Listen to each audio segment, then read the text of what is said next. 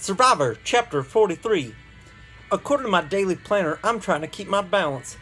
I'm up at the top of a ladder with my arms full of fake flowers, roses, daisies, delphiniums, stalk. I'm trying to keep from falling. My toes curled up tight in my shoes. I'm collecting another polyester bouquet, an obituary from last week all folded up in my shirt pocket.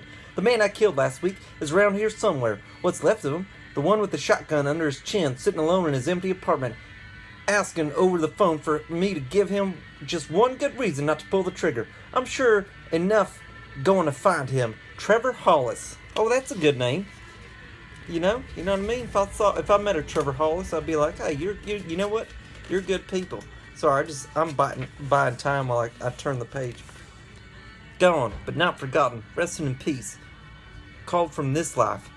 Or he's gonna find me. That's what I always hope. Up at the top of the ladder. I must be 20, 25, 30 feet above the gallery floor when I pretend to catalog another artificial flower. My glasses pinching to the end of my nose. My pen leaves words in my notebook. Specimen number 786 I'm writing is a red nose around 100 years old. What I hope is everybody else here is dead. Part of my job is I have to arrange fresh flowers around the house where I work. I have to pick flowers out of the garden I'm supposed to tend. What you need to understand is I'm not a ghoul. The petal and calyx sepals of the rose are red celluloid.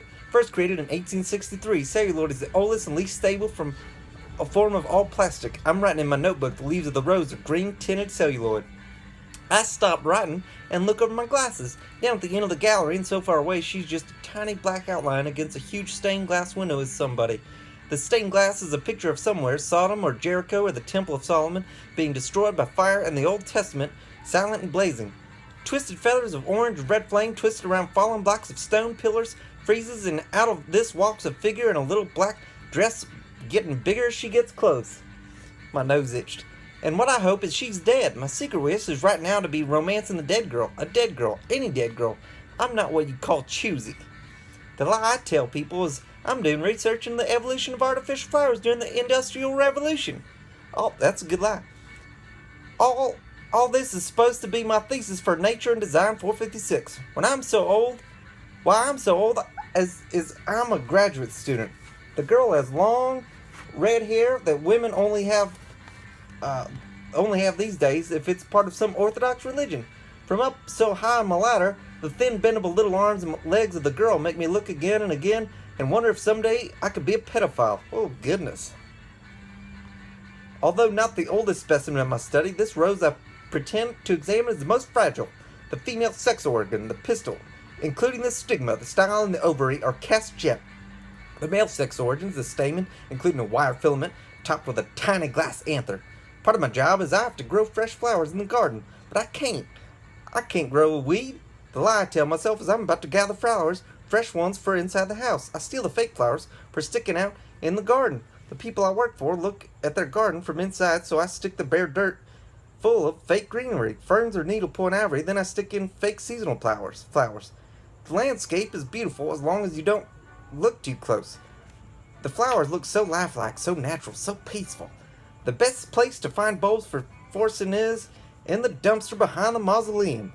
Thrown away are plastic pots of dormant bulbs, hyacinths and tulips, tiger and stargazer lilies, daffodils and crocus, ready to take home and bring back to life. Specimen number 786, I write, occurs in the vase of a crypt 2387 in the highest tier of crypts in the Lesser South Gallery on the 7th floor of the Serenity Wing.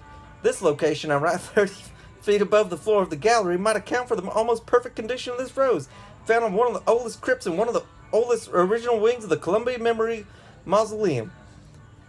Then I steal the rose. What I tell people who see me here is another story. The official version for why I'm here is the mausoleum provides the best examples of artificial flowers dating back into the mid-19th century. Each of the 6 main wings, the Serenity Wing, what else? A little cliffhanger here. What are the other wings?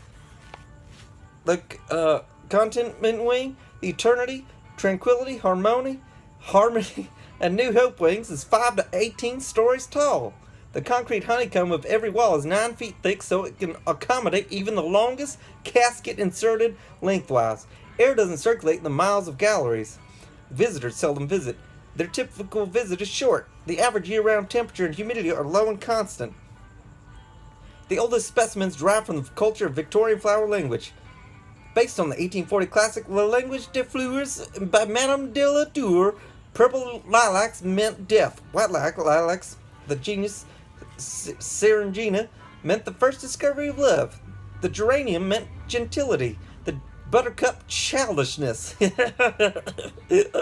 Because most artificial flowers are made to decorate hats, a mausoleum provides the best specimens that still exist. That's what I tell people, my official version of the truth. During the day, if people see me with my notebook and my pen, most times I'm at the top of the ladder swiping some more of them fake pansies left at a crypt high in the wall. It's for a college class is what I cup my hand around my mouth and whisper down to them. I'm conducting a study. During the day, if people see me with my notebook and my pen, most times I'm at the top of the ladder swiping some bunch of fake pansies left at... Well, I already read that. I'm so sorry. Sometimes I'll be here late at night. This is after everyone's gone. Then I'll be walking around alone after midnight.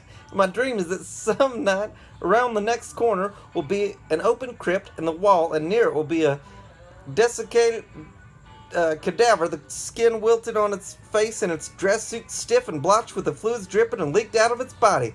I'll come across this carcass in some dim gallery, silent except for the buzz of a single fluorescent tube flashing strobes of lightning in the last few moments before it will leave me in the dark forever with the dead monster. I'm not holding this book correctly, and it's really screwing me up. My AD's out of control. I mean, how can I concentrate when I got Nicolas Cage and Nicolas Cage? That's Cage squared, if you think about it. The cadaver eyes should be collapsed into dark sockets, and I want it to stumble blind and clutching the cold marble walls with it. Smears of rotted paste that expose the bones inside each hand. The tired mouth of it is hanging open, the lost nose of it just two dark holes, the loose shirt of it resting low on the exposed collarbones. I'll be looking for names. I know from the obituaries carved here forever are the names of people who took my advice. Go ahead, kill yourself. Beloved son, gentle daughter, devoted friend, pull the trigger, exalted soul. Here I am, it's payback time, I dare you to. Come and get me. I want to be chased by flesh-eating zombies. Well, that's just weird. I want to be walking past the marble slab, covering a crypt, and hear something scratching and struggling inside. At night, I flatten my ear, cold against the marble, and wait. This is why I'm really here. Specimen number 786, I write in my notebook, has a main stem of green-colored, cotton-covered 30-gauge millenary wire. Each leaf stem appears to be 20-gauge. Oh, I see what he's doing there. Not that I'm crazy or anything, I just want some proof of that death isn't the end. Even if crazy zombies grabbed me in some dark hall one night, even if it's tore me apart, at least they wouldn't be the absolute end. There could be some comfort in that. It would prove some kind of life after death, and I would die happy, so I'll wait, so I'll watch, I'll listen. I'll put my ear to each cold crypt. I'll wait, no cavity within crypt 780-96. So activity within crypt 780-97. No activity within crypt 780-98. I'll write specimen number 45 as a white bakelite rose. The oldest synthetic plastic bakelite was invented in 1907 when a chemist heated a mixture of phenol and formaldehyde. In the language of Victorian flower culture, a white rose means silence. The day I meet the girl is the best